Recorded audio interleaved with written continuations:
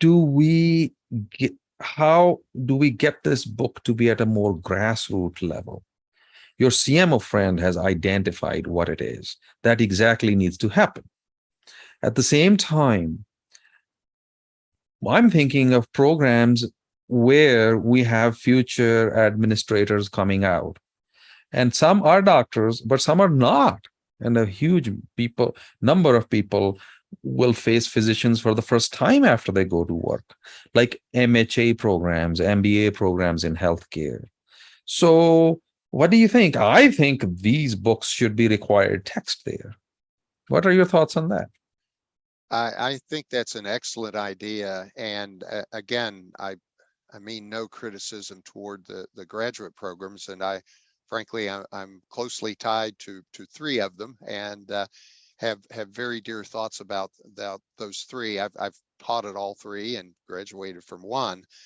But I think that you hit the bullseye, so to speak.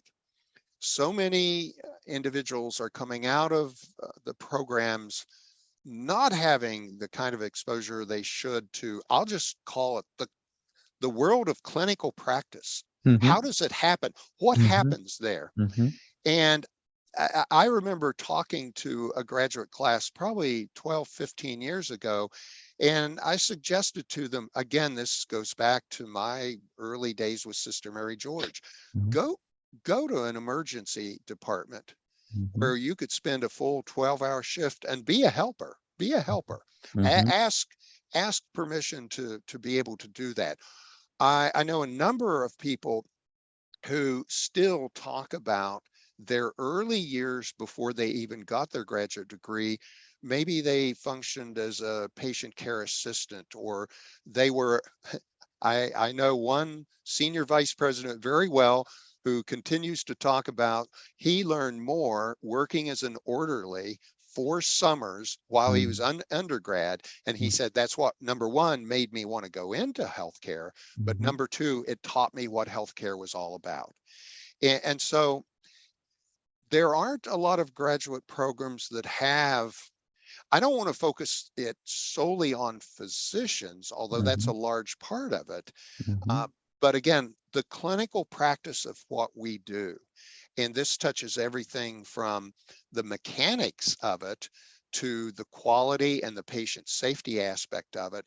Mm-hmm. Then I think when they're taking that healthcare finance course, it has more meaning to them as well. So I think they are good books in that regard.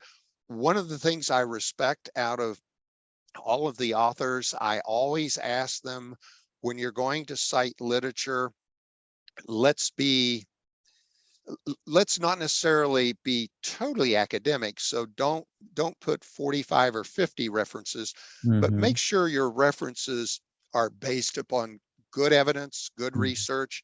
Mm-hmm. Doesn't always have to be refereed academic journal articles, Mm-hmm. although no doubt you've noticed a lot of them are referred to.